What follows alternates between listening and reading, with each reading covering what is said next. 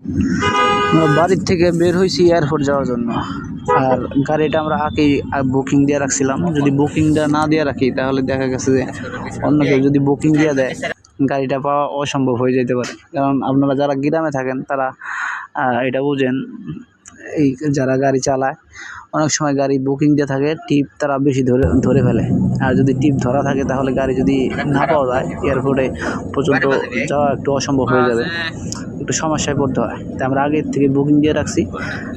আর গাড়িতে টিপ ধরে নাই। আমরা এখন বের হয়েছি রাস্তা দিয়ে যাইতেছি এয়ারপোর্টের দিকে। তো এখানে আমরা দেখাতেছি যে রাস্তার ভিতরে মোটামুটি জাম মাঝে মধ্যে পড়ে। রাস্তাটা মোটামুটি ক্লিয়ারই আছে আজকে। আর এখানে দেখলাম যে এখানে একটা ওভারব্রিজ দিছে। ওভারব্রিজের উপরে মনে করেন যে কি সুন্দর একটা আর্ট করছে, দেখতে সুন্দরই দেখা যাইতেছে। আমার কাছে ভালো লাগতেছে, আপনাদের কাছে কেমন লাগতেছে তা জানি না, সম্ভবত ভালোই লাগবে। তো এখানের রাস্তাগুলোও অনেক প্রশস্ত এবং ওভারব্রিজগুলো দেখতেছি এগুলো অনেক হেভি ওয়েটের। কারণ এখানে আপনারা দেখতে পারতেছেন যে রাস্তাগুলো কি সুন্দর। আমরা সবসময় শুনে থাকি যে ঢাকার শহরের রাস্তাগুলো অনেক জ্যাম থাকে। তো আজকে যে আমরা যাচ্ছি এখানে অনেক জ্যাম তেমনটা নাই, আপনারা দেখতে পারতেছেন।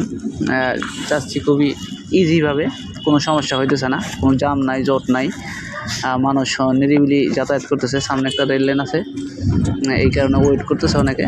রেলটা গেলে আবার গাড়িটা ছাড়বে।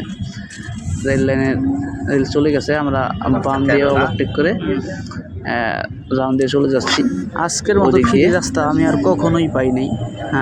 কারণ ঢাকার শহরে যারা চলাচল করে তারা জানে যে জ্যামের কি কতখানি বিভ্রান্তিকর অবস্থায় পড়তে হয়।